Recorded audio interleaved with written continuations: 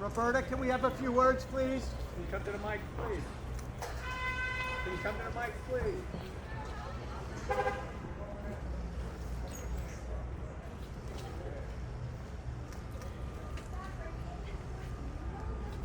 Watch your feet.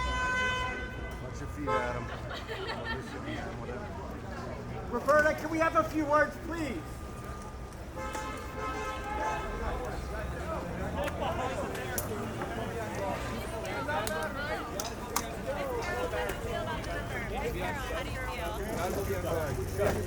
Dangerous win for Eugene Carroll is a financial blow for Donald Trump. The former president's courtroom challenges, though, in this presidential election year are far from over. Carroll.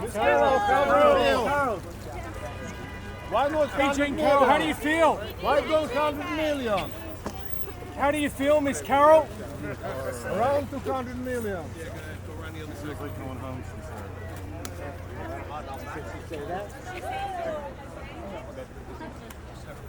She said, go forward.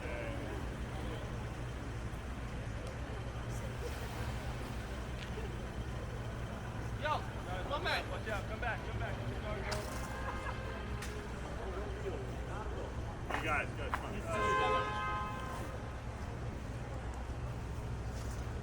Can you move up a little bit more? Yeah.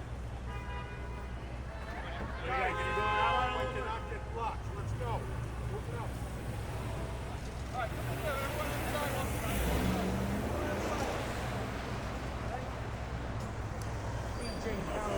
Donald Trump had already been found liable for sexually abusing and defaming the writer. Today it was decision day, and he wasn't even in court as the verdict was read out. He left before that took place and was boarding his plane as the jury handed down their verdict. That is despite him being every day of this hearing and even testifying yesterday. A short time ago, he posted to Truth Social saying, "Absolutely ridiculous. I fully disagree with both verdicts and will be appealing." This whole what he calls Biden-directed witch hunt. This has been a theme of the former president right throughout all of his legal proceedings, not just this civil defamation trial, but his criminal ones too. He constantly insists that he is being the victim, and that was the point E. Jean Carroll's lawyers were trying to make today.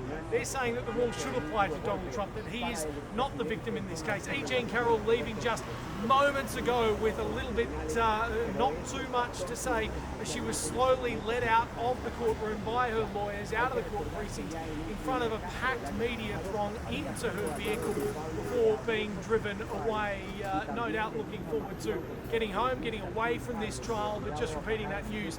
A jury has ordered Donald Trump, the former president of the United States of America, pay almost 127 million Australian dollars to writer E. Jean Carroll. As we stand right now, just waiting for Donald Trump's lawyer, Alina Habba, to come out and see whether she has anything to say in response to this. Donald Trump has already made his view clear.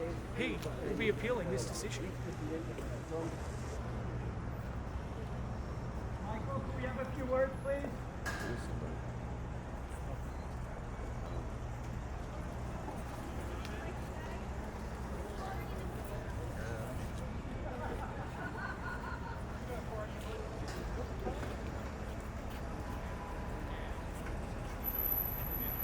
Michael, is Alina coming?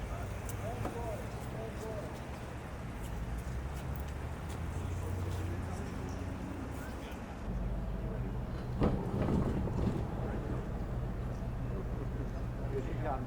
Look.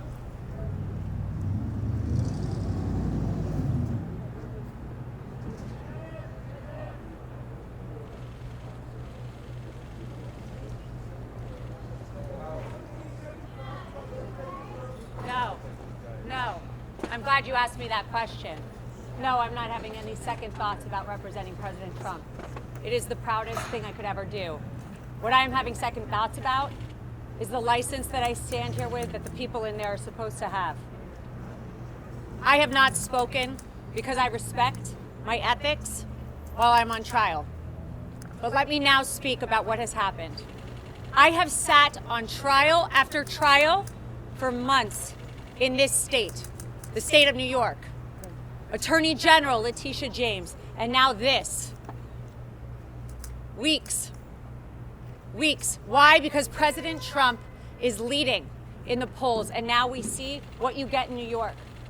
So don't get it twisted, whoever asked me that question. I am so proud to stand with President Trump. But I am not proud to stand with what I saw in that courtroom. Ms. Habba is the former I'm not finished. Let me just finish and I'll take questions, please. Before I walked into court, that judge decided that every single defense President Trump had, we were not allowed to raise in front of the jury. It is in writing, and I encourage the journalists, the real journalists, to take the minute to look at his orders. There was no proof. And I couldn't prove that she didn't bring in the dress. There was no DNA. There was no expert. My experts were denied. Two of them were denied to come in. They didn't let me bring up that Reid Hoffman funded Miss Kaplan. And you know what we got in there? That my witness, who was her friend, who said that she is a drug addict and the drug addict is herself. That friend, I found out in there, was paid for by Miss Kaplan's firm, and that is disgusting. That is a violation of everything I stand for, and that is why I stand with Trump. And that is why so many Americans are so proud that he is running again and so excited to run to the ballot box. But don't get it twisted. We are seeing a violation of our justice system. Ladies and gentlemen, you are not allowed to be stripped of every defense that you have. You are not allowed to be told that you can't bring it up. And imagine a point where a judge tells the lawyer, before your client, the former president of the United States, the leading candidate and obvious nominee for the Republican Party, before he takes the stand to defend himself, Ms. Habba, tell me the questions you're going to ask in open court and tell me exactly what he's going to respond. And then edited my questions, edited the response he was allowed to give. And guess what my client did? He took the stand. He abided by the rules of this corrupt system that I have seen.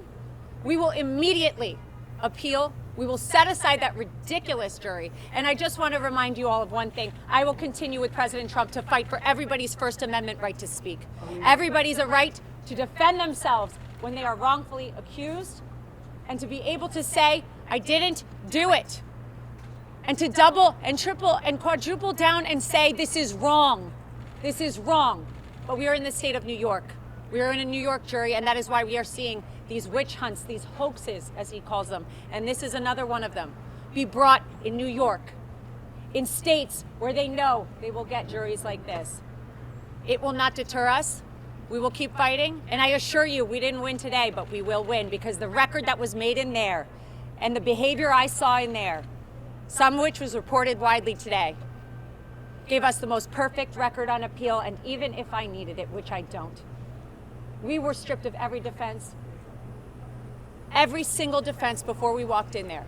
And I am proud to stand with President Trump, because he showed up, he stood up, he took the stand, and he faced this judge. And you know what? I'll continue to do so with him. Yes. Miss Habba, is the former Of course, I've spoken with the president. Miss Habba, is the former president scared now of the consequences of his actions? The former president does not live his life in fear, as you've seen every single day. The former president, and probably future president, will continue to fight for Americans. Thank you very much, everyone. Chance to defend himself in the first trial?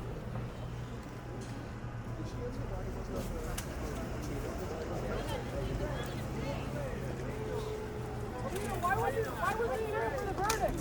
Why was he there for the verdict? Did he not have the guts to be there for the verdict? Did he not have the guts? Okay.